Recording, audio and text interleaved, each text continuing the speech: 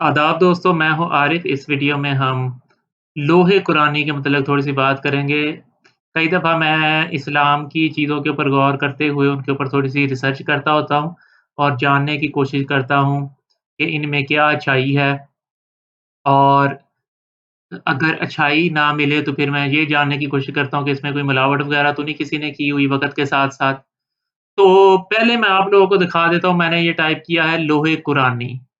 और ये गूगल है और इसके ऊपर मैं इमेजेज़ में चला जाता हूँ और इसमें आप लोगों को बहुत सी लोहे कुरानी मिलेंगी जो लोगों के घरों में अमूमन होती हैं, ये सारी की सारी।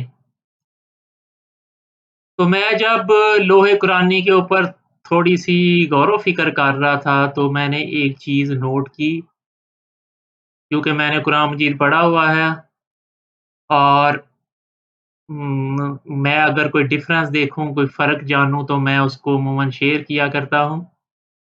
तो इस सिलसिले में जब मैं लोहे कुरानी को इसी तरह स्क्रॉल कर रहा था, तो मुझे ये एक लोहे कुरानी नज़र आई है।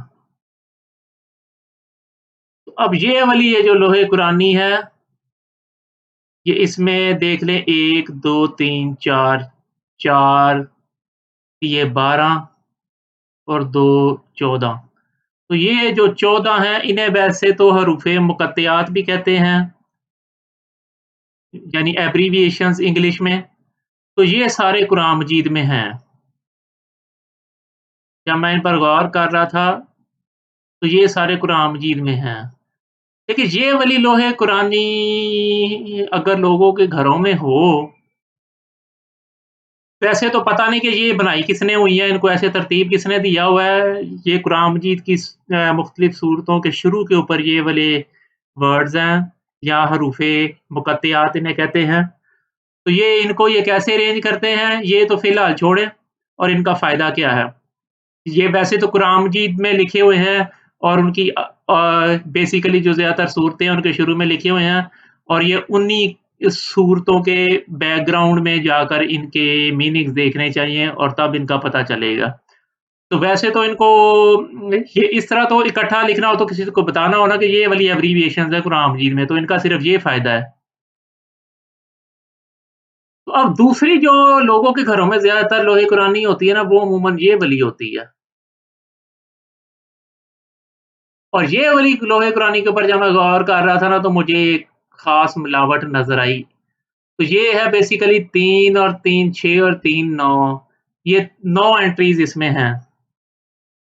लेकिन इसमें किसी ने बड़ी चालाकी से लोहे कुरानी में होने तो सारी की सारी एब्रिविएशंस फिर कुरान मजीद की ही चाहिए। तो इनमें से एक एब्रिविएशंस है जो कुरान मजीद की नहीं है, बल्कि शायद एब्रिविएशन भी नहीं है और अगर है तो ये बाइबलों में है। तो जो आप लोगों के समझने वाली या फ़िगर आउट करने वाली चीज़ है, जो मैं आपको इसका थोड़ा-सा हिंट दे देता हूँ, कि ये वाली लोहे कुरानी सारी की सारी कुरान मजीद में ये वाली एब्रिविएशन मौजूद है। लेकिन इनमें से एक एब्रिविएशंस ऐसी है, जो कुरान मजीद में नहीं, बल्कि बाइबलों से आई है और बाइबलों को कुरान मजीद की इंटरप्रिटेशन में भी बहुत ज़्यादा कुरान मजीद में घुसा दिया जाता है। सबको हालाँकि पता भी है कि बाइबलें करप्ट हो चुकी हैं वक़्त के साथ-साथ, उनमें से बहुत सारी में मिलावटें हो चुकी हैं। तो बाइबलों में जो भी वर्ड हो, तो उसको कुरान मजीद में या उससे रिलेटेड की किसी चीज़ में दाख़िल करना नहीं चाहिए, ना किसी तफ़सीर में। लेकिन लोग करते हैं, सारों ने तफ़सीरों में लिखा होता है कि ये बाइबल में ये फलाँ से लिया, बल्कि सारों ने हदीसों से ज़्यादा बाइबलों की बेस के ऊपर ज़्यादा तफ़सीरें की हुई हैं कुरान मजीद में। तो यहाँ पर भी वही फ़िलॉसफ़ी यूज़ की गई है कि इन सारी एब्रिविएशंस या ये जो हरूफ़े मुक़त्तआत हैं, ये सारे के सारे तकरीबन कुरान मजीद में से लिए गए हैं। लेकिन सिर्फ़ एक है, इसको कुरान मजीद में ऐसे लगता है कि जैसे फिर ये भी कुरान मजीद में होगा। जिस तरह जब ऐसे आप लोग करते हैं ना, तो ये लगना शुरू हो जाता है कि शायद ये भी फिर लफ़्ज़ कुरान मजीद में ही होगा। हालाँकि इस लफ़्ज़ का बाइबलों से तल्लुक है, कुरान मजीद से कोई तल्लुक नहीं है। तो आप लोगों के लिए ये एक फ़िगर आउट करने वाली चीज़ है, मैंने हिंट तो दे दिया है कि आप लोग इन 2 लोहे कुरानी को कंपेयर भी कर सकते हैं और देख सकते हैं कि कौन-सी जो एब्रिविएशंस है वो इसमें मिसिंग है और कौन-सी वाली जौन-सी है, वो इसमें है ही नहीं। तो आप लोगों को पता चल जाएगा कि वो कौन-सी वाली एब्रिविएशन या हरूफ-ए-मुक़त्तआत है। अव्वल तो पता नहीं वो एब्रिविएशन है भी या नहीं। तो इनमें से एक एंट्री है जो बाइबलों से आई हुई है। तो कुरान मजीद में बाइबलों या कुरान मजीद की हेडिंग लगाकर कोई भी बाइबलों वाली चीज़ तो वैसे ही शेयर नहीं करनी चाहिए।